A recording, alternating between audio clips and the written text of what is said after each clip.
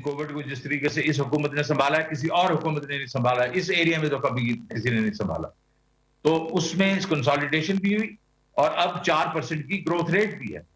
और ये growth rate आप देखेंगे पिछले 5-6 महीनों में इसने एक्सेलरेट किया। इसका मतलब ये ग्रोथ रेट ऊपर जा रही है।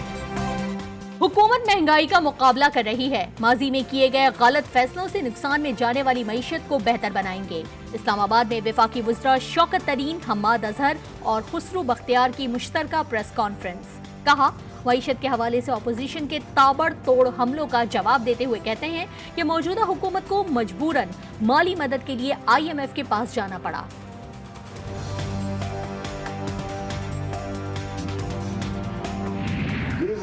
बदतरीन परफॉर्मेंस है, मेजर फेलियर्स हैं जो कि आज पूरी कौम को उसका सामना है, जो कि इस हुकूमत ने इनकी बदतरीन कारकर्दगी की वजह से पैदा हुए हैं। हुकूमत के मुआशी आदादोशुमार पर बड़ा सवालिया निशान है। जालसाज हुकूमत हेरा फेरी का हुनर जानती है।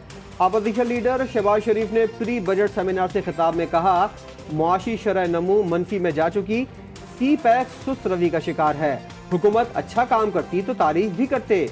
मुस्लिम लीग नून ने व्हाइट पेपर जारी कर दिया।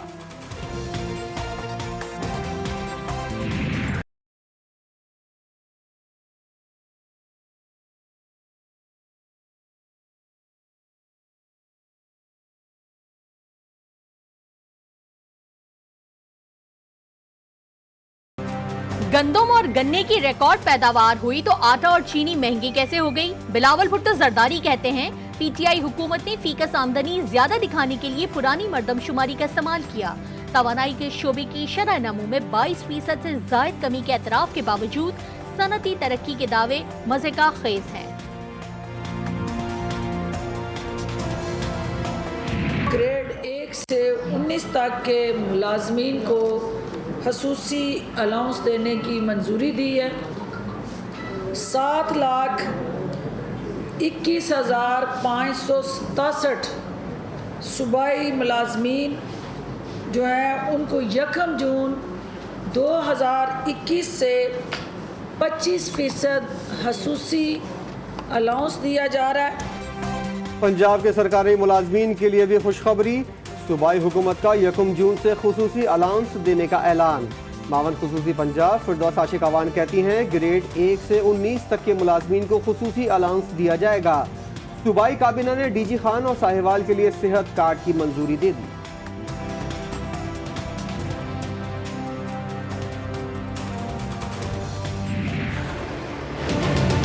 मैं आपको ये जरूर यकीन दिला रहा हूँ कि आप मजीद पाबंदियाँ बढ़नी नहीं है, पाबंदियाँ कम होनी है और आपकी मुशावरत से कम होनी है, ये मैं बता रहा हूँ।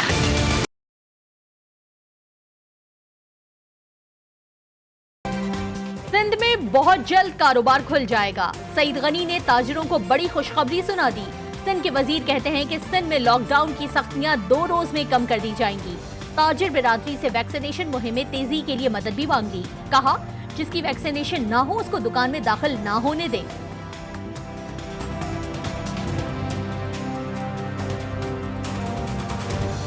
हमारे अस्पताल जो हैं मुतवातर उसमें लोग आ रहे हैं और हमारे बिस्तर भर रहे हैं। सिंध में ज़्यादा केसेस जो आ रहे हैं, अभी भी कराची में 11 से 22 या 26% केसेस की तादाद है। अगर इस तरीके से कोऑपरेशन और हमारी मदद नहीं की करेंगे पब्लिक, तो फिर हमें मजबूरी सख्ती करनी पड़ती है ना।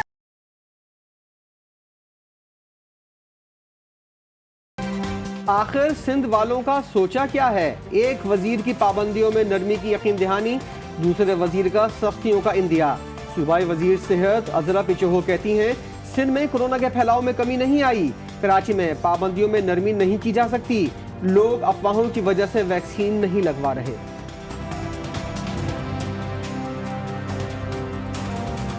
ताजिरों के साथ और हुकूमत के साथ उसके हिसाब से तो इंशाअल्लाह ताला ये आज हो जाएगा, सुबह हो जाएगा।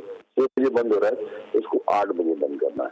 सोशल डिस्टेंसिंग है, आपका मास्क है, सैनिटाइजर है, ये तो आपका सब कुछ करना है आपने। कोरोना की पाबंदियां कम होंगी या मजीद सख्त? सिंध हुकूमत के वुज़रा के बयानात से ताजिर बिरादरी परेशान।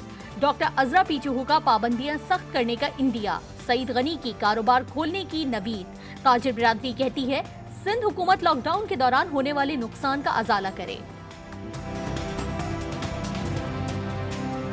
जहाँ तक 8 बजे तक की बात की, 8 बजे तक जो है एनसीओसी ने पहले भी इजाजत दे दी थी, लेकिन सिंध गवर्नमेंट ने जो है उसमें कहा कि 6 बजे होता है। हमने उनकी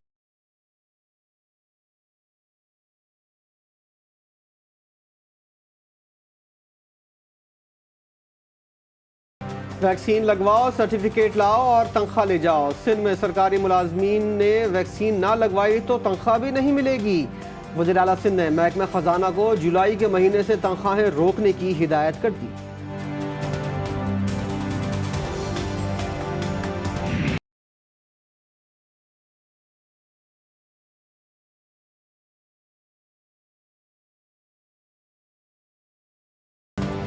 कराची में कोरोना केसेस में इजाफा, जिला वस्ती के 4 टाउन्स में माइक्रो स्मार्ट लॉकडाउन नाफिज। माइक्रो स्मार्ट लॉकडाउन 17 जून तक नाफिज रहेगा। मुतासरा इलाकों में गुलबर्ग, नॉर्थ कराची, लियाकताबाद और नॉर्थ नाजमाबाद शामिल। नोटिफिकेशन के मुताबिक चारों टाउन्स में 103 कोरोना के मरीज मौजूद हैं।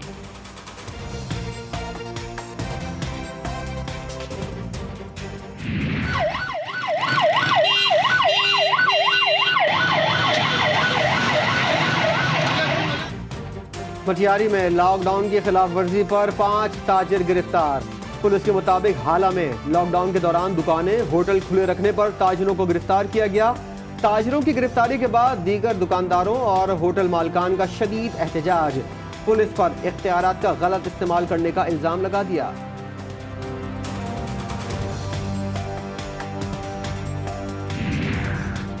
खैबर पख्तूनख्वा में कोरोना के बादल छटते ही तालीमी साल बहाल।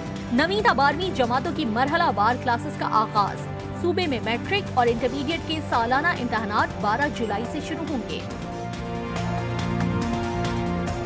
हमारे आने वाली जो नस्लें हैं, अगर हमने उनकी फ्यूचर प्रोटेक्ट करनी है, अगर हमने मुल्क को अपनी पूरी कंट्रीब्यूशन करें ग्लोबल वार्मिंग से बचाने के लिए, ये बहुत ज़रूरी है कि हम ये सारी चीज़ें जो नेशनल पार्क्स बढ़ाएं, दरख्त उगाएं, अर्बन फॉरेस्ट्री करें जिस तरह ये मेवाकी है।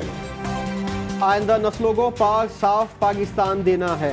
हिद्दत अर्जी से बचाव के लिए सबको किरदार अदा करना होगा। वज़ीर आज़म इमरान खान का ग्रीन फाइनेंसिंग इनोवेशन तकरीब से खिताब। तकरीब में चीनी कंपनी के साथ मुफाहमत की याददाश्त पर दस्तखत भी हुए।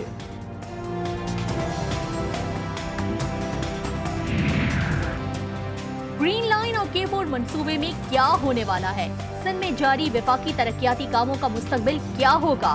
वज़ीर आज़म इमरान खान से MQM पाकिस्तान का वफ़द आज अहम मुलाकात करेगा। मुलाकात में कराची समेत सिंध के शहरी इलाकों के मसाइल वज़ीर आज़म के सामने रखे जाएंगे। मैं तो अब भी समझता हूँ कि अगर हम इज्तिमाई तौर पर सब मिलकर इस्तीफे नहीं देते तो ये हुकूमत फिर अपनी मुद्दत लंबी करती जाएगी। इस्तीफों का ऑप्शन से भाग जाना ये इस मौजूदा हुकूमत को वक्त देने के मुतरादिफ है। मौलाना फजल रहमान की पीपल्स पार्टी को वापसी की दावत, इल्जाम भी धर दिया। कहते हैं PDM कौम की आवाज़ बन गई थी लेकिन पीपल्स पार्टी हुकूमत की आला कार बनी। पीपल्स पार्टी के फैसलों से जमहूरियत को नुकसान पहुंचा। मजीद कहा PDM छोड़ने वालों के लिए दरवाजे बंद नहीं।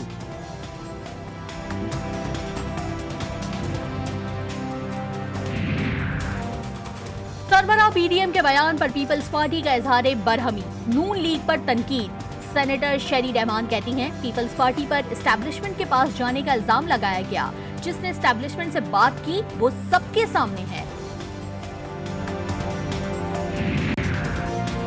रोडा में 15 सेठों की कहानी का इंकशाफ। बहरिया टाउन के मालिक मलिक रियाज ने मद्दे मुकाबिल से राब्ता कर लिया।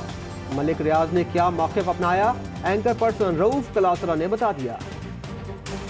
ये ज़रूर कहा उन्होंने कहा मिट्टी के स्वाद यहाँ पे कुछ 1.25 लाख एकड़ कोई होगा। उसने कहा आज तक पाकिस्तान जो है 40,000 एकड़ से ज़्यादा हाउसिंग नहीं है अकॉर्डिंग टू हिम, अगर मैं सही समझाऊँ तो। प्लस उन्होंने कहा इस्लामाबाद जब बन रहा था ये 2 लाख एकड़ का ओरिजिनली प्लान किया गया था, तो कितने हज़ार एकड़ है आप इसको देख लें।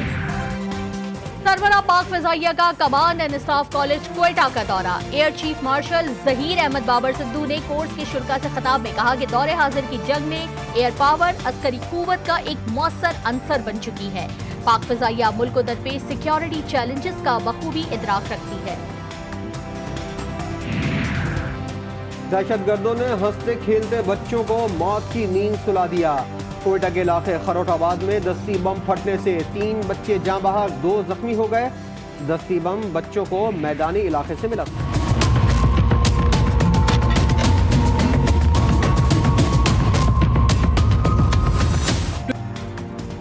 मलाला यूसुफजई का शादी से मुतालिक मुतनाज़ा बयान। मुफ्ती शहाबुद्दीन पोपलजई ने बयान की वजाहत मांग दी।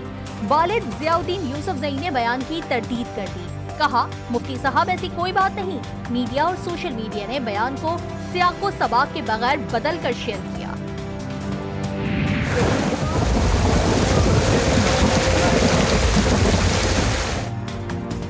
पंजाब में बादल बरस गए, इस्लामाबाद में रिमझिम, लेकिन कराची वाले बूंदाबांदी को भी तरस गए। महकमा मौसमियात के मुताबिक अगले 24 घंटों में हल्की बारिश का इम्कान। मशरक़ी बलूचिस्तान में भी प्री मानसून का आगाज होगा।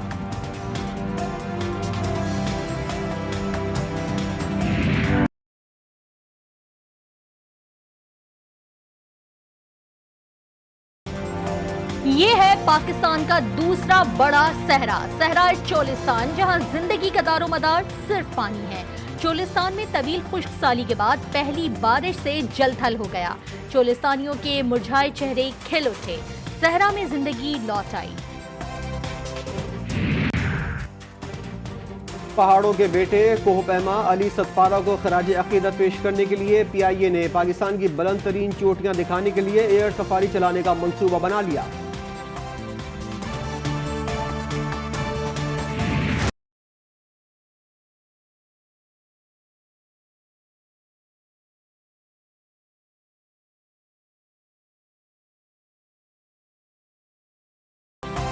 शायकीन का इंतजार खत्म। PSL 6 के बकिया मैचेस का शेड्यूल जारी। टूर्नामेंट के बाकी 20 मैचेस 9 जून से अबू धाबी में होंगे। 9 जून को शेख ज़ैद क्रिकेट स्टेडियम में लाहौर कलंदर्स और इस्लामाबाद यूनाइटेड का मुकाबला होगा। इवेंट का फाइनल 24 जून को खेला जाएगा। मुकाबले पाकिस्तानी वक्त के मुताबिक रात 9 बजे शुरू होंगे। डबल हेडर वाले दिन पहला मैच शाम 6 बजे और दूसरा रात 11 बजे शुरू होगा।